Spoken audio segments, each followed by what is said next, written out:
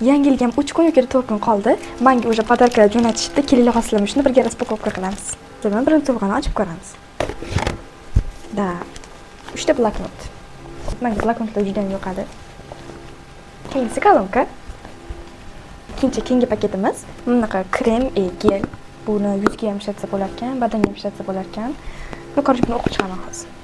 Zargina zakolochka. Balzamli parfum. Balzamli parfum. Men buni korobkasi bor edi. Buni ochib, o'sha boshda o'sha yerda o'zida ochib ko'rganman. Endi keyingi sog'amiz. Ko'ramiz birinchi nima bor ekan, keyin qo'shib ketaman. Xat bor ekan. Hozir oxirida ochaman buni. Tushuntiradigan kitoblar ekan. Da, все, jurnalli bu nimaligidan. Shunaqa chiroyli ekan, tasbehi bor ekan. Sizlar bilan biz xatni ochib ko'ramiz. Kompaniya qilmaganmiz. Buni kichkina qiz yuborgan, adashmasam.